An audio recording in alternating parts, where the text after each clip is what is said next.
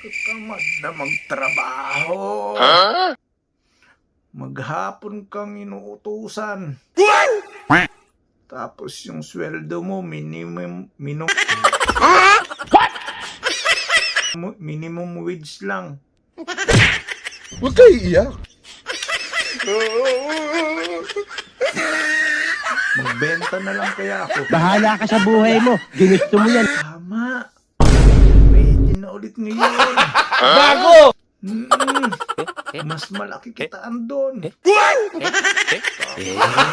Gago! Yung babala nyo po sa mga drug syndicate na hindi tumitigil sa kanilang ano. Hindi ako